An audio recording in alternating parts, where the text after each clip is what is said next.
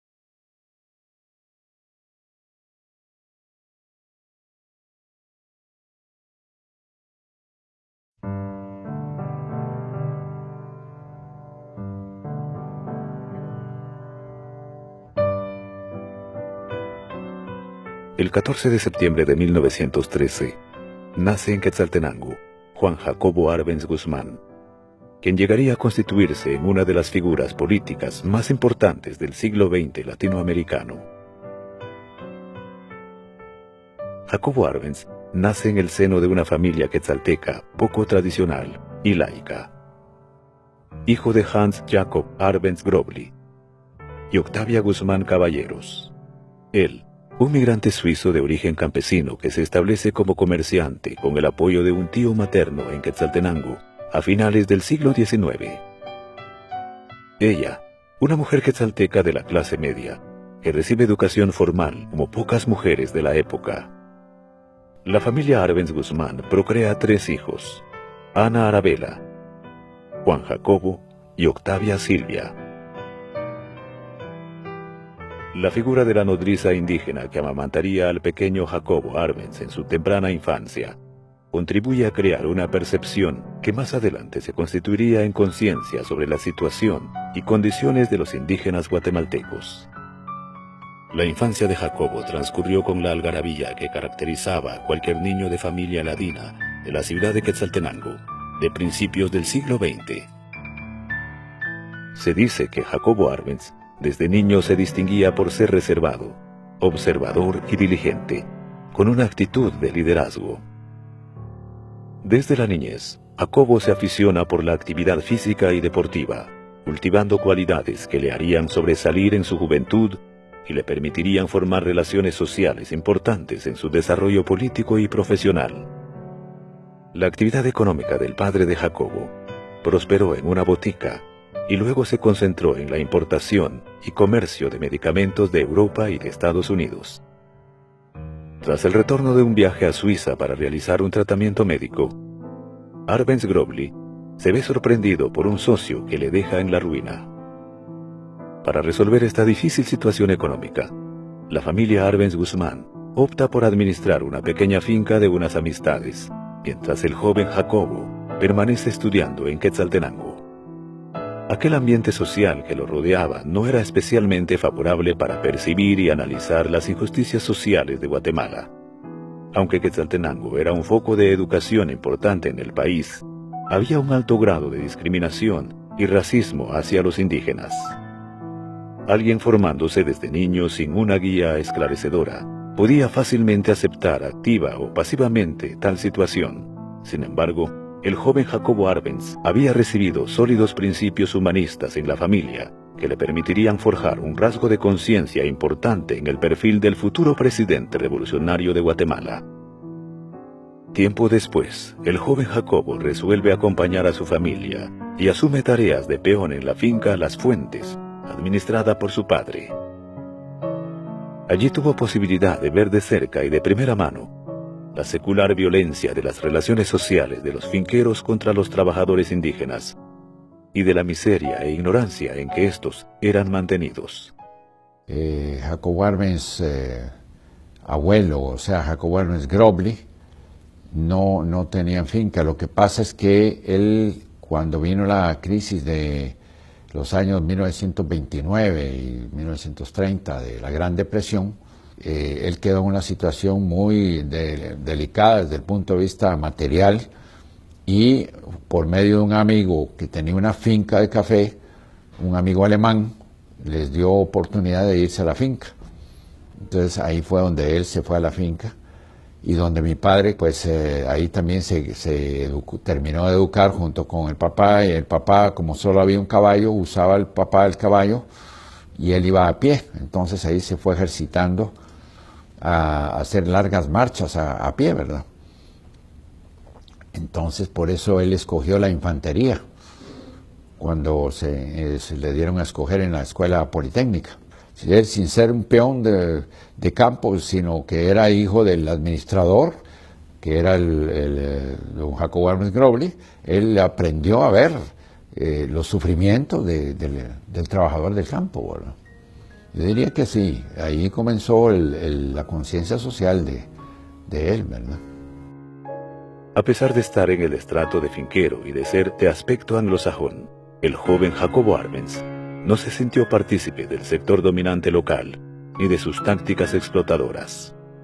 En ese mismo periodo, el joven Arbenz se prepara en las materias avanzadas de secundaria para luego rendir exámenes para ingresar a la Academia Militar. La decisión de entrar a la Escuela Politécnica se debe tanto a factores económicos familiares como el interés de hacer una carrera intermedia que le permita continuar sus estudios de ingeniería en la universidad pública. Económicamente no tenía posibilidades de estudiar ingeniería civil como a él le hubiera gustado. A él le gustaba mucho la idea de construir carreteras y caminos, pero con la crisis, volvemos, que había caído el papá en su negocio personal, y además la crisis que había a nivel mundial, porque la Gran Depresión se originó en 1929, ¿verdad? Como sabemos, en Estados Unidos hubo una crisis tan terrible que mucha gente se suicidó allá, ¿verdad? Por quedar de la noche a la mañana, grandes acaudalados millonarios quedaron en la calle.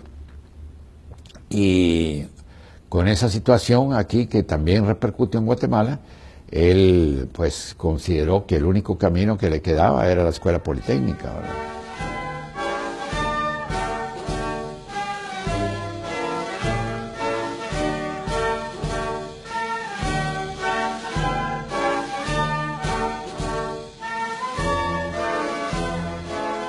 Desde que entró a la Escuela Politécnica el 27 de julio de 1932, a sus 19 años y con una percepción de lo social que posiblemente no la tenían todos sus compañeros, el joven cadete se destacaba brillantemente por su disciplina para los estudios y el deporte.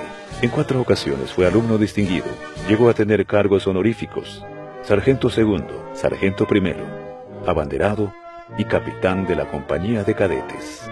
En estos puestos demostró su ética para condenar los brutales ultrajes de los alumnos antiguos contra los novatos. También dio muestra de su constancia y lealtad para ser fiel a principios de justicia y su capacidad de austera disciplina.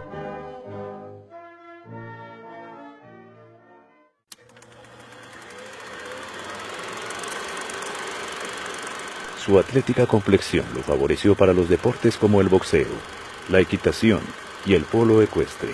En el boxeo, llegó a ser el campeón en la escuela politécnica y que le confirió fama desde que lo empujaron a boxear con los mayores peleadores del establecimiento e incluso tuvo que hacerlo con el profesor de boxeo, a quien noqueó.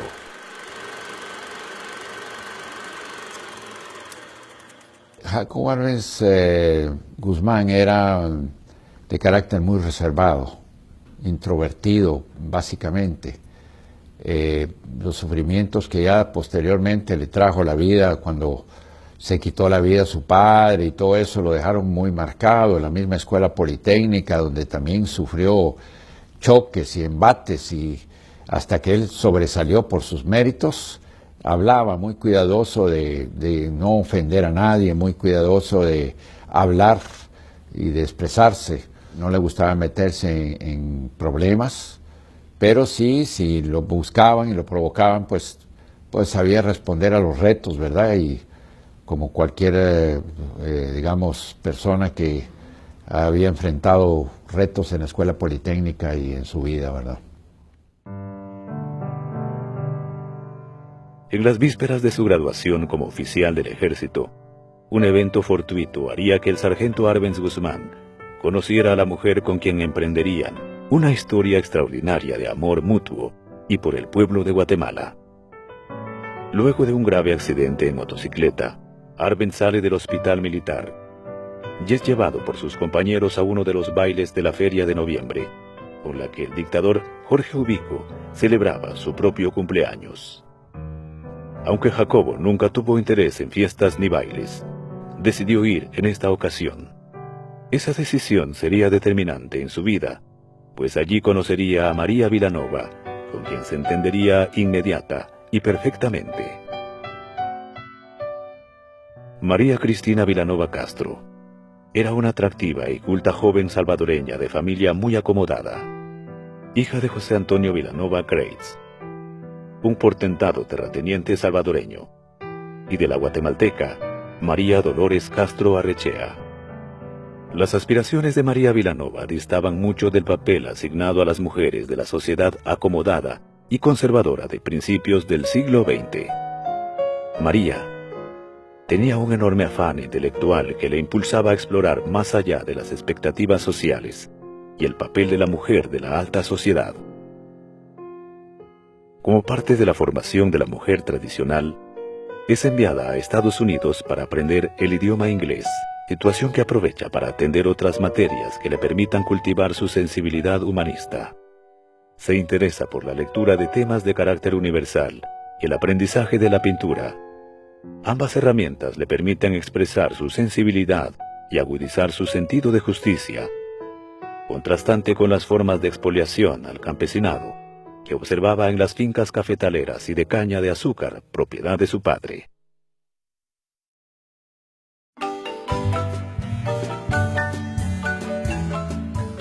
En una visita a sus parientes maternos en Ciudad de Guatemala, María Cristina es invitada a un baile de la Feria de Noviembre. Un amigo dispone presentarle un compañero de la carrera militar que apodaba El Suizo. El impacto fue mutuo, y de ahí en adelante se entrelazaron dos almas sensibles a las injusticias sociales y ávidas de conocimiento para resolverlas. La hasta entonces frustración intelectual de la joven María Cristina sería compartida y aliviada por el compañerismo intelectual del joven Arbenz, también deseoso de saber y conocer más de la cultura y las artes. Entablan una amistad que se cultiva a la distancia y se convierte en enamoramiento.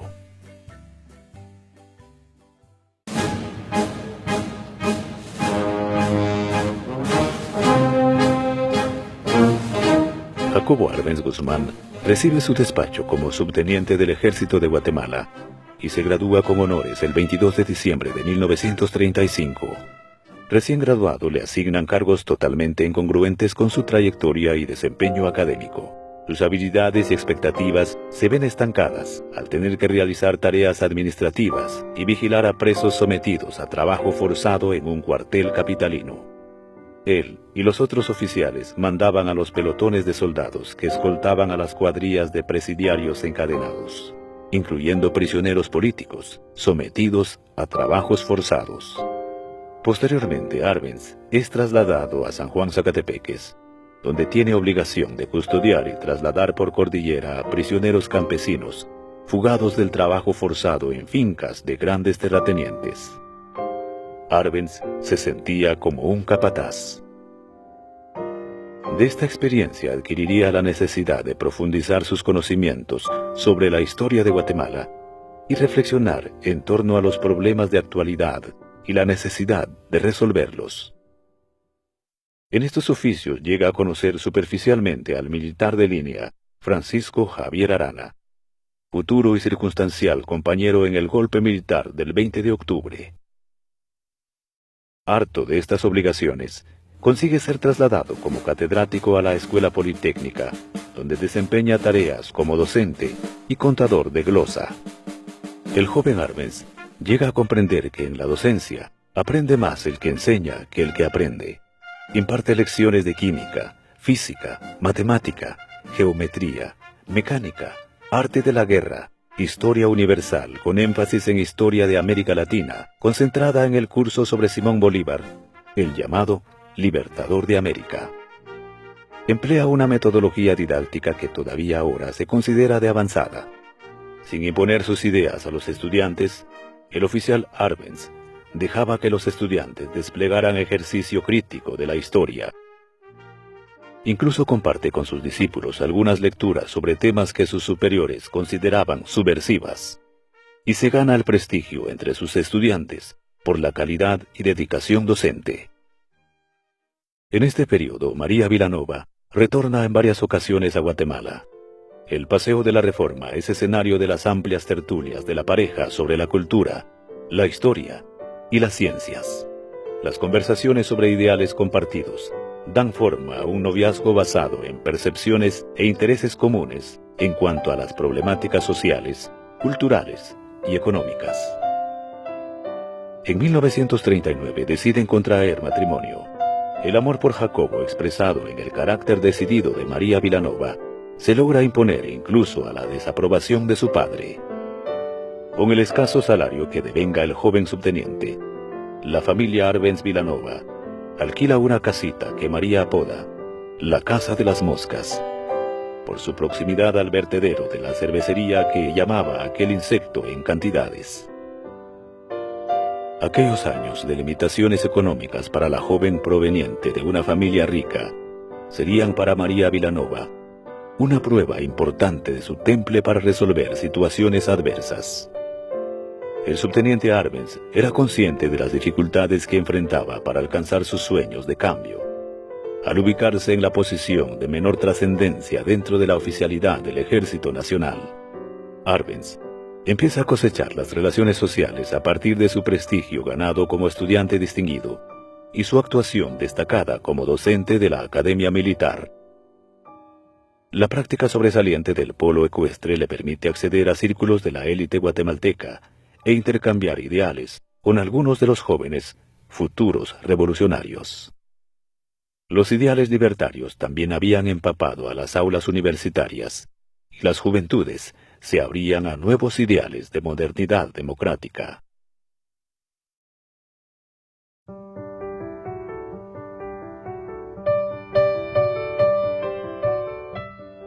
La vida familiar de los Arbenz Vilanova florece con el nacimiento de sus hijas, Arabela Irene y María Eleonora, en medio de un ambiente que premonizaba una convulsión social.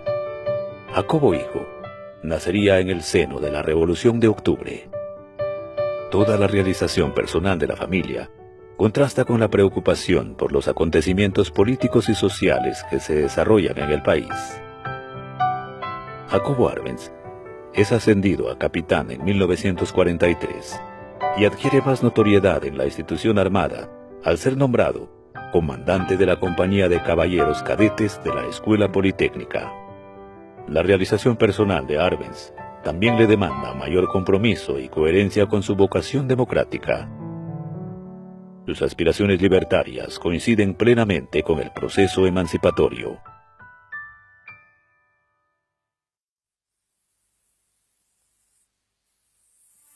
La primera mitad del siglo XX guatemalteco se caracterizaría por el incremento monstruoso del control estadounidense de la economía y la política nacional. La empresa bananera estadounidense United Fruit Company llega a constituirse en el verdadero poder en el país.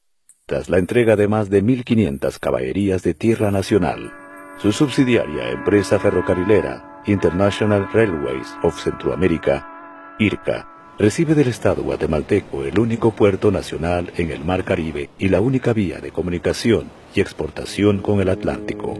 La IRCA también era dueña del muelle del puerto de San José y la empresa Grace Line, otra subsidiaria de la empresa frutera, lo era del muelle del puerto de Champerico. Toda el área aledaña a la vía férrea, las líneas telegráficas y las comunicaciones internacionales fueron cedidas a la empresa estadounidense Tropical Radio Telegraph Company. El servicio eléctrico también es entregado por presiones del gobierno estadounidense a la compañía Electric Bond and Share.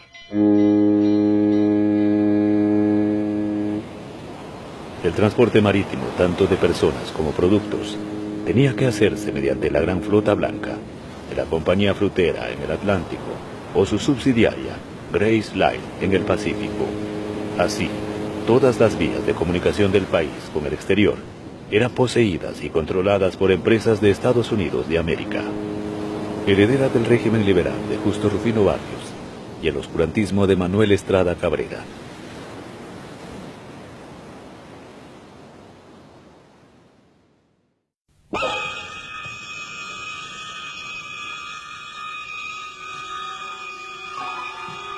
La dictadura ubiquista prohíbe toda libertad de expresión, ahoga su oposición partidaria, persigue implacablemente a la organización obrera a través de la supresión de los derechos de reunión y agrupación e implanta las ejecuciones extrajudiciales mediante la llamada Ley Fuga.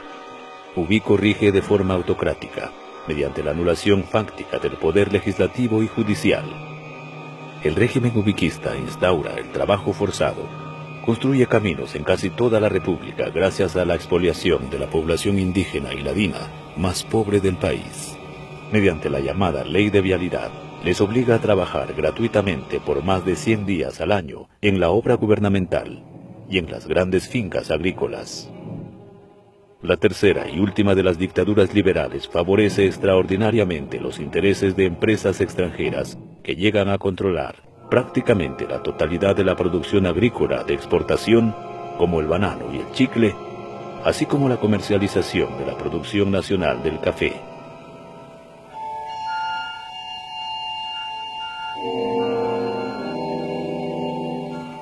Ubico, admirador de los regímenes fascistas de Franco, Mussolini y Hitler, se reelige 2 veces. Anula las más elementales libertades burguesas. Desarrolla un aparato militar y policíaco que controla a la sociedad guatemalteca por medio del espionaje y el chantaje. Arremete contra toda expresión de oposición a sus designios. Realiza despidos masivos de docentes y trabajadores públicos descontentos. Sus adversarios políticos son enviados a prisión, desterrados y ejecutados. El gobierno de Ubico estuvo marcado por un desprecio a la actividad cultural, de manera que Ubico, por ejemplo, pensaba que los conferencistas y los poetas debían ser fusilados. Entonces eso ya da idea de cuál era el ambiente, un ambiente de muchas restricciones. Aquí, sobre todo, Quetzaltenango tuvo un jefe político que fue el jefe político más drástico, más brutal, yo diría fue un déspota aquí en Quetzaltenango, que fue el coronel Carlos Enríquez Barrios, al extremo que aquí se estableció prácticamente un estado de excepción sin que legalmente hubiera sido impuesto, ya que a las 9 de la noche, a las 21 horas, aquí enfrente, en lo que es ahora la Casa de la Cultura, sonaba un clarín como un toque de silencio. Eso quería decir que toda la gente tenía que irse a su casa, guardarse y no circular. Ese era el ambiente de Quetzaltenango. El régimen ubiquista es déspota internamente y dócil en su política exterior. Su mansedumbre hacia los Estados Unidos se manifiesta con la ridícula declaración de guerra a Japón y Alemania. Conforme la Segunda Guerra Mundial avanza, las noticias son estridentes en el ámbito nacional. La prensa da cuenta del avance de las fuerzas aliadas en su lucha por la libertad y la democracia sobre el autoritarismo fascista. Ubico no puede contener el discurso aliado que se propaga entre los sectores oprimidos de la sociedad guatemalteca. La intelectualidad, el magisterio, el estudiantado universitario y los obreros encuentran en el discurso aliado una contradicción al régimen que favorece sus aspiraciones de libertad ante la asfixiante dictadura. En mi casa, en tiempo de la guerra, todavía en tiempo de don Jorge, el abuelo había puesto un gran mapa mundial y ahí se reunían algunos de los pocos republicanos españoles que había en Guatemala y se escuchaban las noticias que daba Miguel Ángel Asturias a través del primer radioperiódico que hubo aquí, que era el Diario del Aire. Entonces ahí va dando las noticias de la guerra y con alfileres, con banderitas que hacían los viejos, iban poniendo los avances o retrocesos de los aliados frente a los nazis, ¿no? Aquí vienen por el 38, por ahí, viene un acorazado alemán, un crucero más bien, el Emden, y desfilan.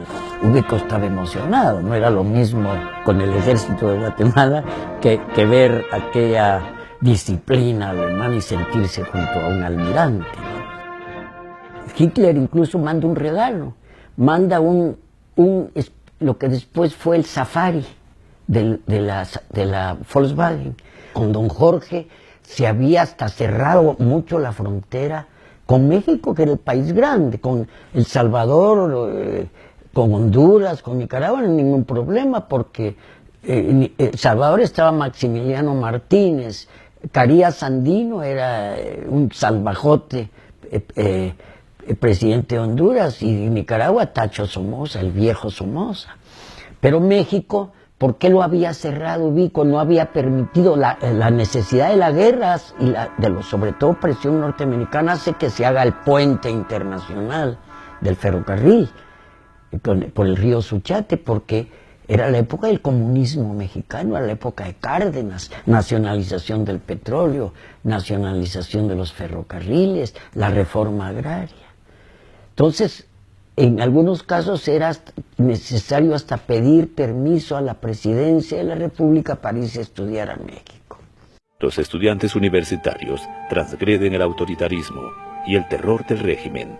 Reorganizan la Asociación de Estudiantes del Derecho en 1942 y en 1943 restablecen la Asociación de Estudiantes Universitarios, AEU, integrada por estudiantes que destacarían en el futuro revolucionario y democrático del país. Naturalmente que había paz, había tranquilidad, la gente se movía por todos lados, pero una paz y una tranquilidad en los cementerios, porque todo el mundo temeroso, no podía haber reunión de dos, y orejas por todos lados, que eran la policía que le daba la información. Entonces todo eso para el estudiantado era una sensación un sentimiento adverso a lo que estaba sucediendo en el gobierno. Pero, ¿quién podía combatir a Ubico? El ejército lo tenía completamente controlado, sobre todo porque a él le gustaban los generales de línea, porque él, como salió expulsado de la Politécnica, no le gustaban los oficiales de escuela. Entonces tenía el ejército controlado, además era un ejército totalmente supeditado al mando presidencial. Y los profesionales estaban totalmente amenazados. O estaban unos con el gobierno, o los otros, cuando se querían o ponían algo al gobierno, les ponían una oreja en la puerta. Y así ya no entraba la gente, ni al médico, ni al abogado, porque había una oreja en la puerta. Los maestros estaban completamente fuera de organización. Los empleados públicos que iban a manifestarse tenían un pánico espantoso, porque les quitaban el empleo que tenían salarios muy bajos, pero que eran los salarios de la época. De manera que se comenzó a pensar en que los únicos que podían hacer algo era la juventud, como sucede en cualquier país del mundo cuando hay estas dictaduras. En todo el principio de 1944 se desarrolla y madura el proceso hacia la libertad. Los brotes civiles encaminados al destronamiento del dictador Ubico crecen en las aulas universitarias, en los claustros de maestros, y en el ámbito popular se empieza a vislumbrar la caída del régimen. Incluso la pequeña burguesía, y hasta en los círculos de la siempre llamada alta sociedad, incluyendo a los hasta entonces amigos del dictador, hay descontento. Y se empieza a develar sus ambiciones políticas ante un eventual cambio en el poder. La situación toca inclusive a sectores militares descontentos con la situación y que ya rechazan el estado de cosas. Algunos son sensibles en torno al papel desempeñado por su institución armada. Otros arribistas buscan consolidar su posición ante la situación política. El movimiento madura cualitativamente, y la sangrienta represión militar y policíaca solo sirvió para encender todos los ánimos. Lo que principió como moderadas protestas estudiantiles de universitarios fue propagándose a otros sectores y adquiriendo el carácter de protestas urbanas contra la dictadura. Esta respondió con arrestos, con más represión, con cargas de caballería, con heridos y muertes. La más emblemática, la de la maestra María Chinchilla el 25 de junio de 1944, lo cual sirvió como detonante de un descontento generalizado. La exigencia de renuncia fue ya un hecho abierto e intrépido. Cuando la manifestación masiva que se realizó el 24 de junio en el parque, por primera vez se pidió la renuncia de Ubico. Ya todos gritaban que renuncie, cosa que nunca se había oído durante los 14 años de su gobierno. Y fue tanto el éxito de esa manifestación y que no intervino la policía, que se convocó para el día siguiente, 25, a otra manifestación. Ahí sí, ya intervino la caballería, el ejército, y desbarató la manifestación de hombres en la mañana. Pero las mujeres, con valor, decidieron, a pesar de lo que había sucedido en la mañana, manifestar en la tarde. El pueblo, al final de cuentas, logró en la calle una evolución pacífica hasta el último día, que fue el 25 de junio. Estamos hablando de junio y de Ubico, 25 de junio. Cuando el hombre el presidente de la República, recibe un memorial firmado por 311 personajes de aquella época que lo dejaron anonadado. Renunció.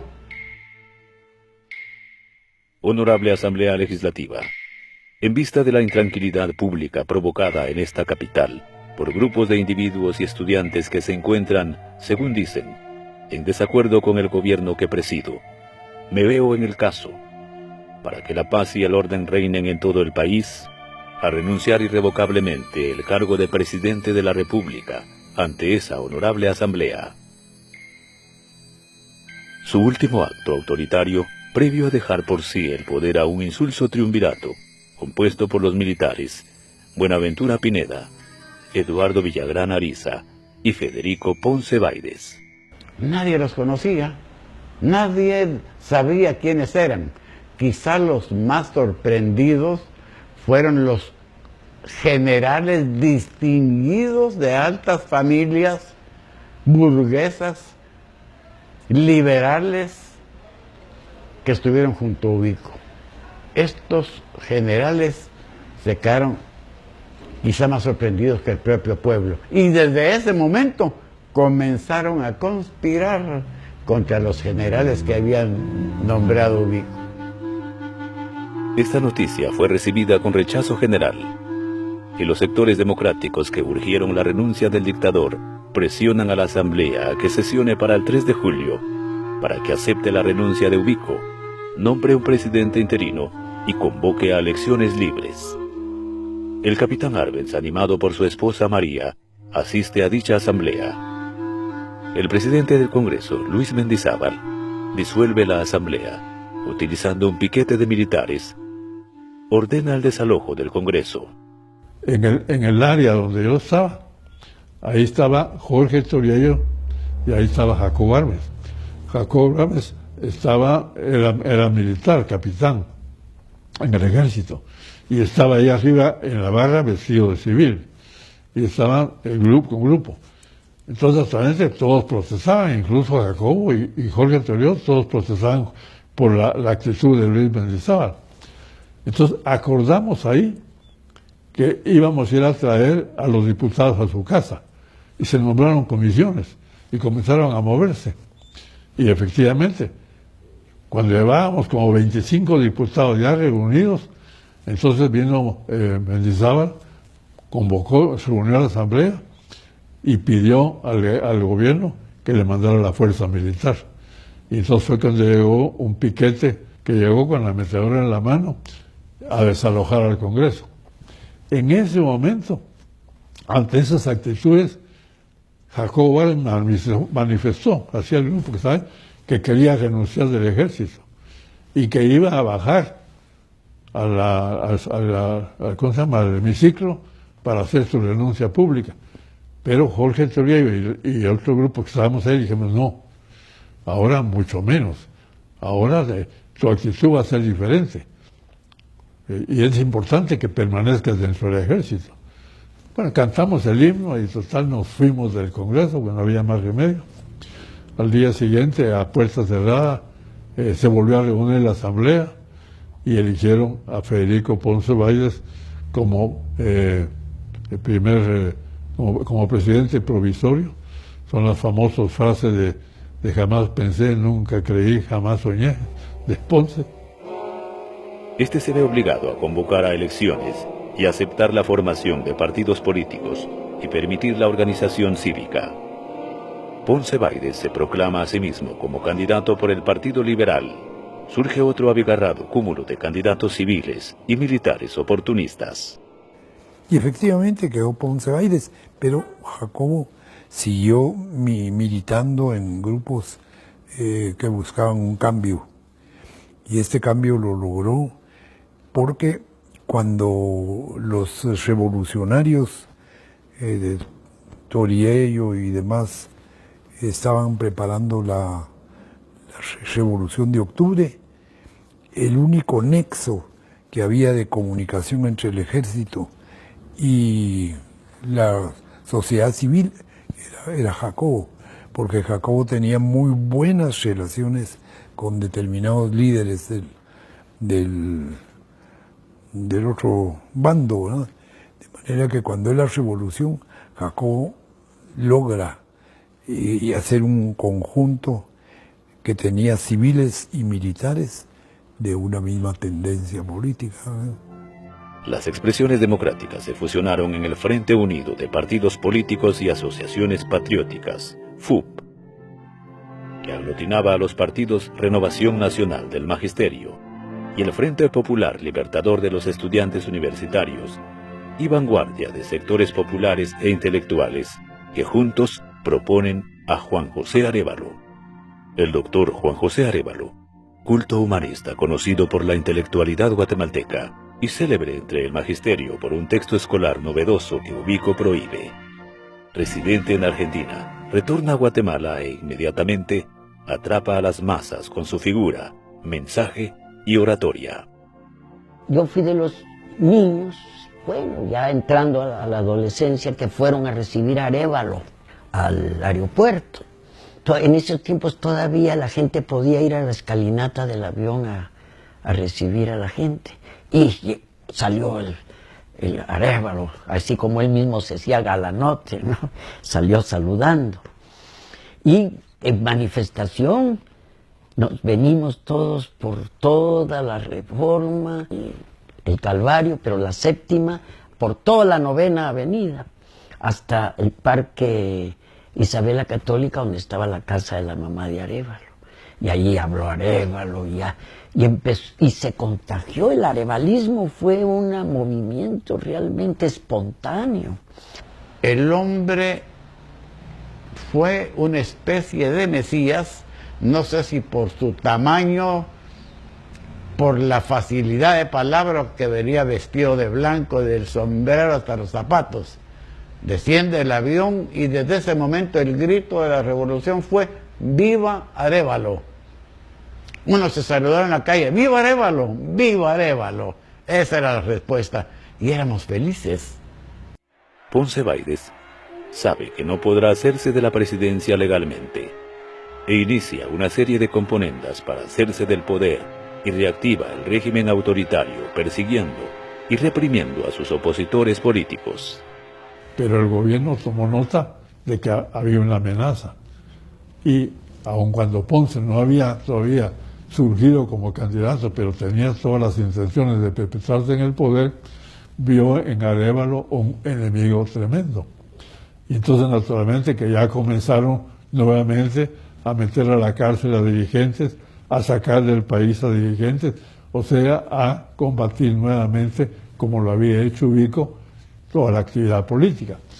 Trajo una manifestación de indígenas enorme, con machete, como una amenaza, y se veía que Ponce llegaba a la presidencia, ya tenía su partido liberal organizado, y que contra eso no podíamos luchar como hicimos con Ubico en un movimiento cívico. Entonces se pensó en un movimiento armado. El 1 de octubre, Alejandro Córdoba, dueño y director de El Imparcial, el diario más importante e influyente de la época, es asesinado y se convierte en un detonante que convence a los estamentos altos de la sociedad. Arbenz trabaja ardua y subterráneamente, articulando fuerzas civiles y militares, junto a los hermanos Torriello y el coronel Aldana Sandoval, instructor general del ejército, para dar el golpe. Su formación militar viene a ser la herramienta para acabar con la dictadura. Diseña la táctica y junto a los otros ciudadanos, organiza eficientemente la articulación de fuerzas para llevar a cabo el golpe. Aldana Sandoval es llamado a contactar al mayor Francisco Javier Arana, jefe de la sección de tanques del Regimiento de la Guardia de Honor, con quien había compartido en el cuartel Matamoros. Y entonces empiezan a fraguar y a planificar cómo se iba a hacer. Me contaba él que se hacían grupos de 5 en 5, de células de 5 en 5. O sea que solo uno de los 5 conocía quiénes eran los otros 5. Y así, para evitar que si caían presos, pues fueran a delatar y a desbaratar todo el movimiento. Pero se pensó en que no era simplemente un cuartelazo. Eso no hubiera sido lo mejor, ni un golpe militar. Había que ser un movimiento revolucionario, un movimiento en el cual participara el ejército, pero al mismo tiempo los civiles, para que el pueblo viera que era unión. Entonces renunció como militar de alta.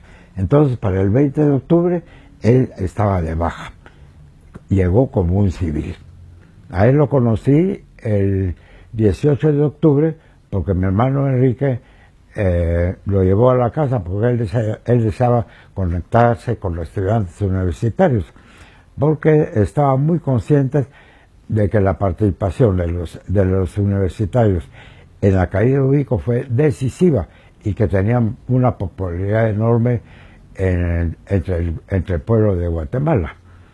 Que el gobierno estaba ya muy interesado en lo que estaba pasando, entonces ya decidieron, se adelantó el movimiento, se fijó el 19 de octubre el movimiento.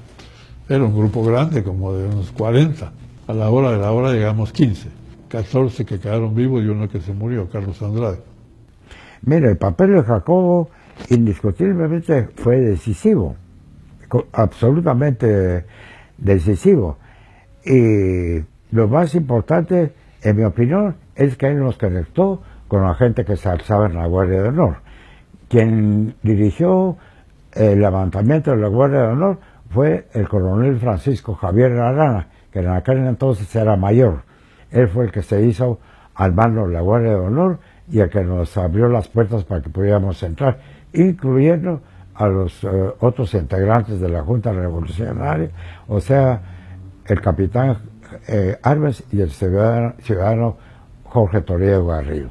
cuando los estudiantes entramos a la Guardia de Honor el 19 de octubre en la noche, más o menos por tipo 3:30 o 4 de la mañana, un oficial que estaba ahí nos dijo que estaban cercando la Guardia de Honor y que si no entraba gente civil a armarse, que entonces estaría completamente perdida la revolución. Entonces nosotros los estudiantes salimos a toda la barriada a incitar a la gente trabajadora para que entrara a la Guardia de Honor. Es así como por ahí con las 4:30 o 5 era impresionante ver la cantidad de gente que llegaba a armarse. La táctica es apoderarse del importante destacamento Guardia de Honor, cuartel donde se encuentra artillería moderna y los tanques del ejército, y ubicarlos en puntos estratégicos para someter a los cuarteles y las dependencias estatales. Los conspiradores temían que el golpe fuera anticipado por el régimen y deciden adelantar lo planificado para la noche del 19 de octubre. Desde puntos estratégicos se bombardean los otros 2 cuarteles de la ciudad y leales al dictador Ponce, el de Matamoros y el de San José. Los tanques salen a la ciudad al mando del mayor Francisco Javier Arana para repeler las fuerzas fieles al régimen. El cuartel es tomado. Arbenz llama a los estudiantes universitarios para que inviten a la población de los barrios populares a luchar. De 2.000 a 3.000 voluntarios se presentan a la Guardia de Honor. Arbenz ordena que se les entreguen armas y empieza allí la insurrección abierta de carácter verdaderamente popular. El estrépito de los combates se prolonga por toda la noche y la mañana del 20. Hacia el mediodía, proyectiles de la Guardia de Honor aciertan el polvorín del castillo de San José, estruendo que conmociona toda la ciudad y acaba con la resistencia del cuartel más fiel al régimen. Al filo del mediodía, el carácter decisivo de Arbenz alcanza la rendición de Ponce Baides sin condiciones. En el Palacio Nacional se iza la bandera blanca desde sus pedestales más altos. El fragor de la lucha decrece sustantivamente. Se persigue a grupos reducidos que se resisten al triunfo de la revolución. Por la tarde todo ha concluido en la ciudad y se continúa tomando control de las guarniciones militares y las jefaturas departamentales del régimen.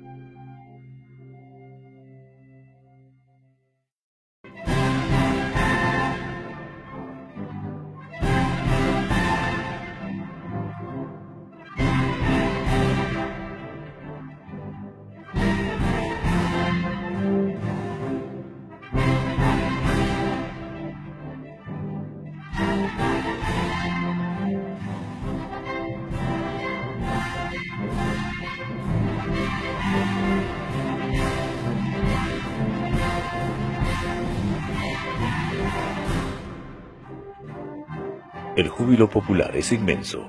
La temida Policía Nacional y toda fuerza del orden tiránico desaparece súbitamente. No cunde ninguna anarquía. Casi de inmediato las juventudes civiles formadas mayoritariamente por estudiantes universitarios y maestros toman el control de la ciudad y con el nombre de Guardia Cívica reemplazan a la vieja y sanguinaria policía del dictador. Una sensación positiva causaba el inmenso contraste entre el uniforme de la temida policía y la camisa blanca con brazalete y banda azul y blanco de la Guardia Cívica al mando de la capital. Espontáneamente, jóvenes exploradores y muchachas guías, jóvenes estudiantes de secundaria e incluso discapacitados toman el control del tránsito de la ciudad. Las jóvenes enfermeras y voluntarias asisten a las fuerzas revolucionarias. La efervescencia es popular. Cientos y miles, ciudadanos comunes y corrientes se conglomeran en el centro capitalino para celebrar la caída del régimen.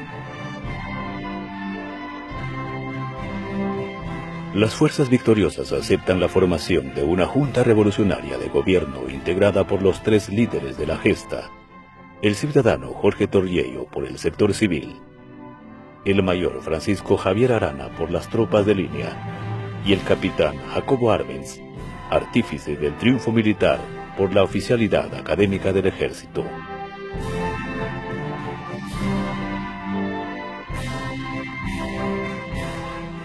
La figura juvenil del capitán Arbenz Guzmán llama poderosamente la atención.